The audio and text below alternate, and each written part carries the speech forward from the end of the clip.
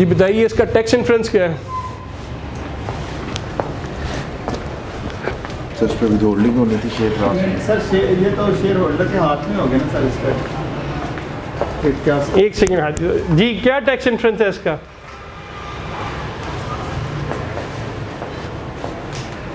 हमने हर चीज टैक्स के पॉइंट ऑफ व्यू से देखनी है कि इसका टैक्स इन्फ्रेंस क्या है। This particular transaction has no tax inference at all. आपकी क्लाइंट कौन है? आपका टैक्स पेयर कौन है? टैक्स पेयर आपका एबीसी लिमिटेड कंपनी है। एबीसी लिमिटेड कंपनी में जब लाइफ में फर्स्ट टाइम अपने शेयर्स फ्लोट किए, उसके बाद सब्सिक्वेंट ट्रेडिंग जो हो रही है वो मार्केट में हो रही है। एबीसी कंपनी का उससे अब कोई ताल्लुक वास्ता नहीं है। हमारी कौन सी क्लाइंट थी? ABC limited. उसने एक दफ़ा शेयर्स फ्लोट कर दिए, अब सब्सिक्वेंट ईयर में वो शेयर मार्केट में जो मर्जी खरीद रहा है, जैसे मर्जी खरीद रहा है, वो उसकी हेडेक नहीं है। उसके अकाउंट में एक दफ़ा जो पैसे आने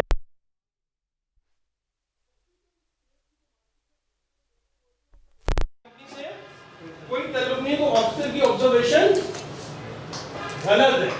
अगर ऑफिसर उसके डायरेक्टर्स को अगर कहीं देख रहा है तो तब ठीक है, अदरवाइज लिमिटेड कंपनी के एक्सटेंट तक इसका कोई टैक्स इन्फ्लुएंस नहीं है। और इसी के साथ हम दूसरा देख लेते हैं कि शेयर फ्लोट करते वक्त आपका जो इम्पोर्टेंट सेक्शन है वो ये है। अच्छा, ये शो कॉस्ट की लैंग्वेज है, लेकिन मोस्ट ऑफ द जो शो कॉस्ट की लैंग्वेज है वो 1225A की आपकी ऑडिट के शो कॉस्ट की नहीं, लेकिन आपको इशू समझ आ जाएगा कि ऑडिट करते वक्त आपने इशू देखना क्या है। वो कहता है कि as per cash flow statements 2 billion has been received against issuance of shares which needs examination with reference to section 39(3). जब शेयर्स कंपनी फ्लोट करती है तो आपके लिए क्या इंपॉर्टेंट चीज़ है कि 39(3) देखें कि वो फुलफिल हुआ है कि नहीं हुआ अपना, है जी। That is more important. It is received on account of issuance of shares should be received through proper banking channels. अच्छा, हमारा ज़्यादा जोर होता है कि जी क्रॉस चेक से आगे पैसे, बैंकिंग चैनल से आगे एक वर्ड और भी है जिसको हम इग्नोर कर जाते हैं। 39(3) पढ़े। Subject to subsection 4, subject to subsection 4, any amount received as a loan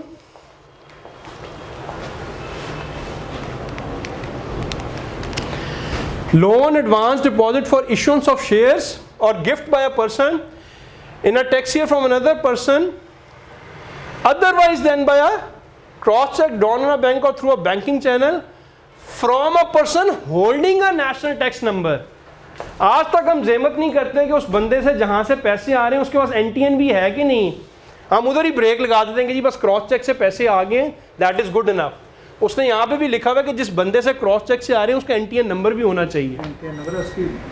अब जो आपके बैंक अकाउंट्स खोल रहे हैं उसमें मोस्टली वो सीएनआईसी के साथ एनटीएन लेते हैं, लेकिन पुराने जितने बैंक अकाउंट्स खुले हुए वो सीएनआईसी पे खुले में एनटीएन नंबर उस वक्त रिक्वायरमेंट नहीं थी।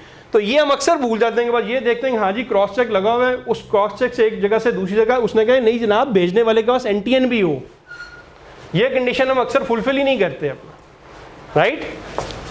ठीक है ना अजी सर? सर उसकी वेल्थ स्टेटमेंट में मांगते उसके पास है भी थे पैसे या नहीं थे? वो तो गलत बात है ना, मोस्ट ऑफ द केसेस में हमारा टैक्स पेयर होता नहीं दूसरी पार्टी, ठीक है कि नहीं? इससे तो मांग लेते हैं, इससे हम मांग देखें। वो कहता है जी मुझे अगले ने काले चोर ने जहां मर्जी से दिए, अगर उसकी वेल्थ स्टेटमेंट में नहीं था तो वो जाने, उसका अपना टैक्स अथॉरिटी जाने। मुझे तो इसने दिए और वो मान रहा अपना, उसके बैंक में रिफ्लेक्ट हो रहे हैं, उसके बैंक में रिफ्लेक्ट हो रहे हैं, मुझे दे दिया, अगर उसके पास नहीं थे तो उसका आप जाके उसके खिलाफ केस कर दें। मेरे खिलाफ तो नहीं हो सकता, इसके खिलाफ नहीं, उसके खिलाफ तो मोस्ट ऑफ द केसेस में हमारा टैक्स पेयर नहीं होता अनफॉर्चुनेटली। ज़्यादा से हम इन्फॉर्मेशन बना के दे सकते हैं दूसरे ऑफिसर को अपना। अच्छा जी, एक और चीज़ trade discounts as per note 31 to the, अब ये लास्ट है उसके बाद हम बंद करते हैं इसको। As per note 31 to the audited accounts trade discount of 522 million has been netted off from the sales. इसमें आपने चेक करनी है कि 113 के अंदर वो आपको कहता है कि ये इनवाइसेस आपकी 113 दी मिनिमम टैक्स के लिए। जो ट्रेड डिस्काउंट है मिनिमम टैक्स के पर्पस के लिए सिर्फ मैं कह रहा हूँ, बाकी के लिए नहीं। वो नेसेसरी है कि आपका इनवाइसेस पे हो, अगर वो इनवाइसेस पे नहीं तो आप 113 पूरे की पूरी टर्नओवर पे लगा देंगे। दूसरा, जनरली कंपनीज के पास अपनी एक डिस्काउंट पॉलिसी होती है। इट इज़ नॉट डिस्क्रिशन कि जनाब कुछ कस्टमर्स को 5% दे दिया, कुछ को 10% दे दिया, कुछ को 50, ऐसे नहीं कंपनी चलती। कंपनी की कहीं ना कोई एक स्टेटेड रिटर्न डिस्काउंट पॉलिसी होती है कि जनाब हमने इन कस्टमर्स को या इनको अपना 5% देना है या 4% देना है या कैसे देना है, वो पॉलिसी आपकी वहाँ पे मेंशन होती है। अगर वो आप मांगेंगे तो आपसे शेयर कर लेंगे, ये डिस्क्रिशन नहीं है। किसी जगह वो अपनी पॉलिसी से हट के देते हैं। फॉर एग्जांपल एक नया कस्टमर फील्ड में आ गया है, हैवी कस्टमर है, उसकी वो स्पेशल परमिशन लेते हैं कि जनाब we are dealing with a company of size of Nestle और टेट्रा पैक, और उनका मसल जो है फाइनेंशियल मसल हमसे ज़्यादा, it is important for us कि हम उनके साथ कॉन्टैक्ट करें। तो अगर नॉर्मल पार्टीज़ को हम 5% देते हैं तो इधर हमें 15% डिस्काउंट देना है, लेकिन उसकी कहीं ना कहीं वहाँ पे बैक एंड पे अप्रूवल हुई होगी अपना। यदि नॉर्मल प्रैक्टिस अगर आपकी 5% है, इधर 15% दे रहे हैं, तो कहीं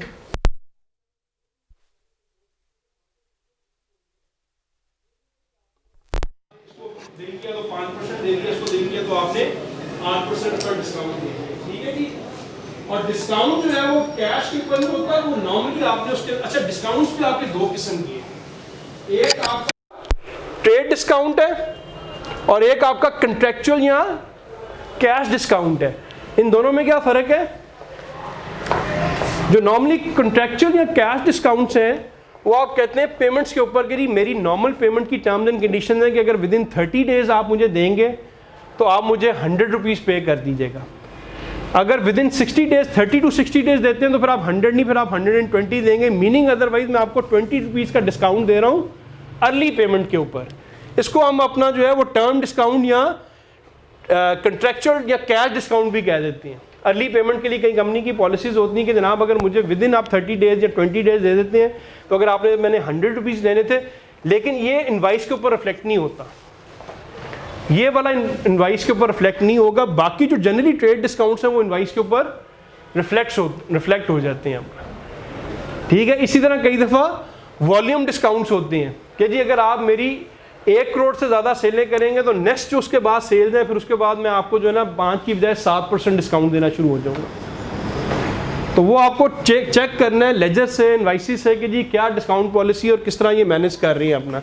और ये याद रखिएगा कि अगर कहीं 113 में आपको ये कहे कि जी नहीं मैं तो अपना मेरा स्टाइल ही नहीं डिस्काउंट देने का, मैं तो देता ही लेजर्स के अगेंस्ट या वॉल्यूम डिस्काउंट देता हूँ, तो आप मुझे 113 के अंदर डिस्काउंट माइनस करें।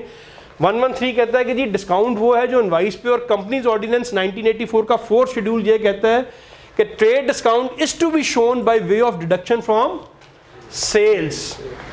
ये कंपनी ऑर्डिनेंस के अंदर भी लिखा हुआ है कि अगर आपको कहे ना कि नहीं जी ठीक है मैंने वहाँ भी नहीं लिखा हुआ लेकिन प्रैक्टिकली तो हो रहा है डिस्काउंट, तो नहीं, वहाँ पर मेंशन है कि कंपनी ऑर्डिनेंस पे भी उसने ये चीज़ फॉलो करनी है। बाकी जो अब डेप्रिसिएशन से हम स्टार्ट करेंगे कि इसके अंदर क्या क्या चीज़ें हैं तो वो नेक्स्ट टाइम हम करेंगे अपना। Thank you. कल ज़रा जल्दी आ जाएगा, will start sharp bye 9 o'clock। आज चूँकि इंट्रोडक्शन थी और उसकी वजह से हम